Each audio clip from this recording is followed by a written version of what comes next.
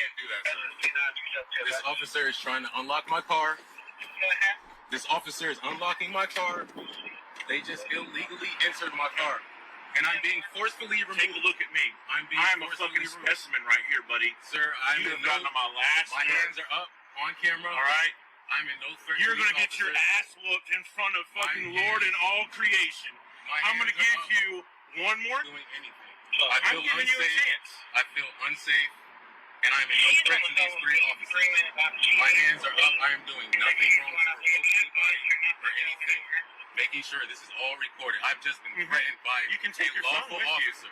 I have just been threatened by a law officer as two other officers stand by and say absolutely nothing. Willing to participate. My passenger door was open. My driver door was open. I have it on camera. He rolled my window down to do so. I'm giving you to the count of 3. Sir, this is all on camera. I am not resisting. I'm making sure it is being known. I am not resisting. Okay. My hands are up.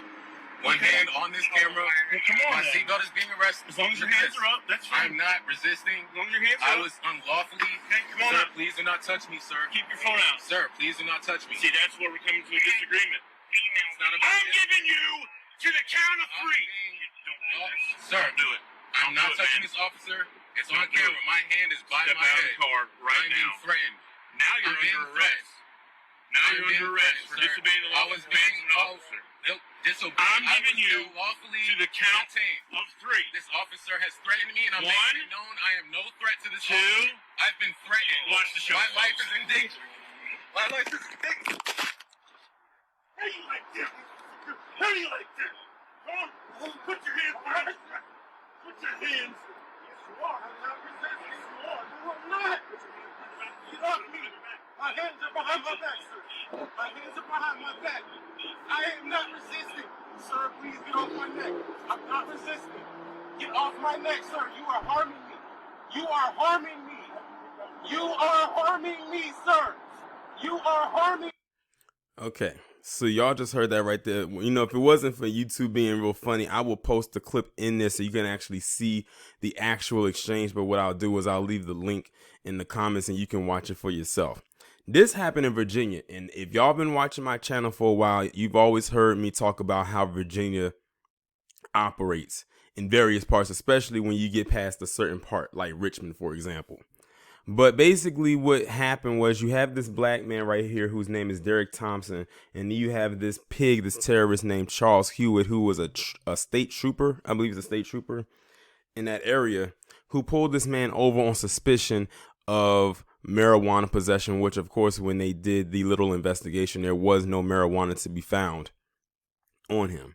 And the entire time, the black guy, Derek Thompson, was being very calm and, very, calm, cool, collected. And the terrorist was the one that was trying to bait him into raging out in the way that he did. See, this is the thing. These terrorists love to try to bait black people, especially black men, into getting out of character so they'll have a reason to put hands on them. But as you can see, or I should say, as you could hear with the audio, Derek Thompson wasn't falling for it. A lot of our people are very smart in realizing that they know that's what they want and we're not going to give them that. But here's the thing. They will try to bait you anyway. And even if you don't act out of character, they're still going to do it, as you heard towards the end. Because you saw that the guy, that the Charles Hewitt character, he went through levels of emotions. He went through sarcasm, he went through anger, and then he went into full-blown terrorist mode.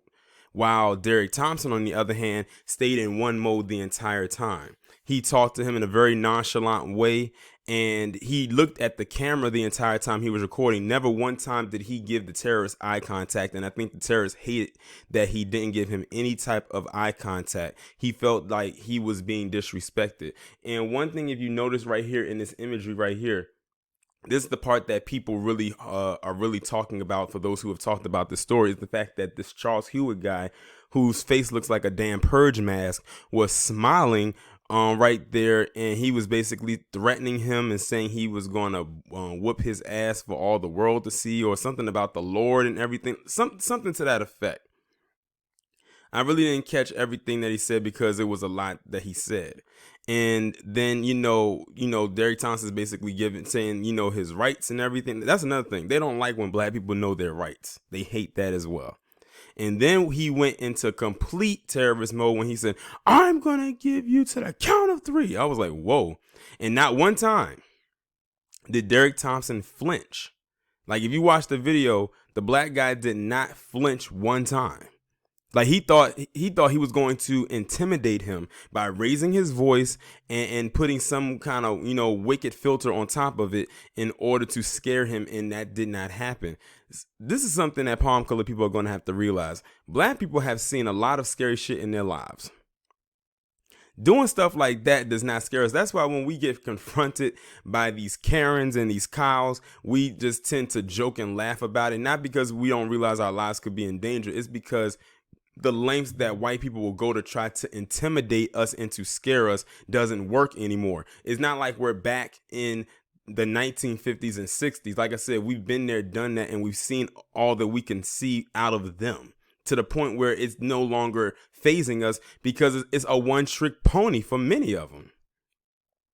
Now, sure, granted, there are moments when things can be scary, but the intimidation factor, like what this guy tried to do with Derek Thompson, just didn't work. Now, of course, he eventually did get him out of the car by unbuckling his seatbelt and then pulling him out of the car. And then the only time Derek Thompson's voice changed was when he got him on the ground. And that's the only. And then he had said something at the end. I'm trying to remember what he had said when he was talking about he was resisting, or Derek Thompson said, I'm not resisting. And that's the other thing they try to do. They always try to say, oh, this person is resisting when they're really not, and everything like that, because that gives them more justification to do what it is that they're about to do to this person. But what I'm going to do is I'm going to go ahead and read the article and go from there. It says the Virginia State Troopers claimed to have smelled marijuana, but they found none in the car after pulling the man out. Knowing he was being live streamed, a Virginia State Trooper turned to the camera and smiled before placing a man in a chokehold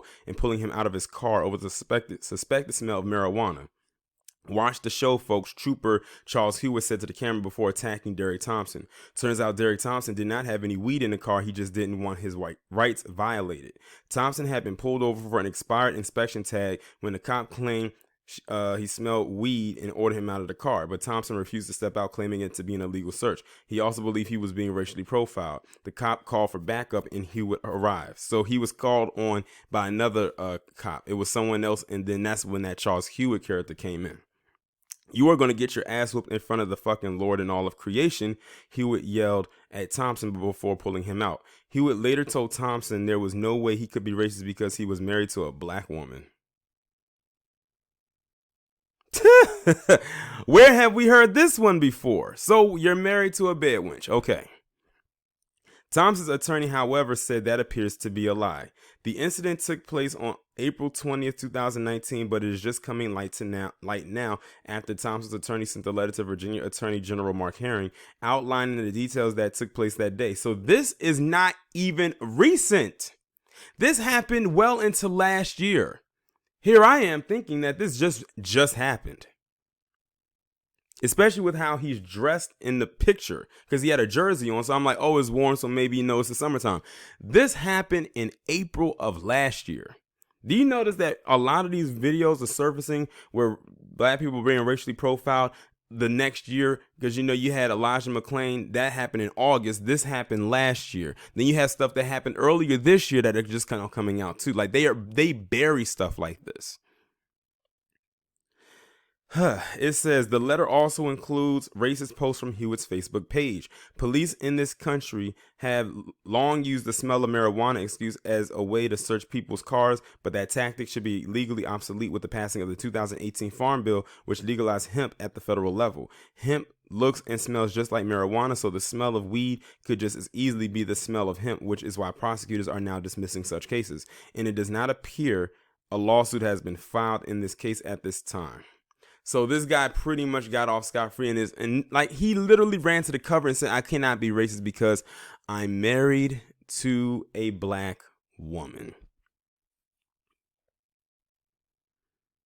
like I said, whenever they can pull out they're married to someone black, they have black kids, their friend is black, somewhere in that ancestral tree is a black ancestor, and they'll say that doesn't make them racist. That's a bold-faced lie. Because how many slave owners had black women in them quarters, and not in them quarters, well, in them quarters and outside of them, and they were still racist as hell. They still owned them. They were still property.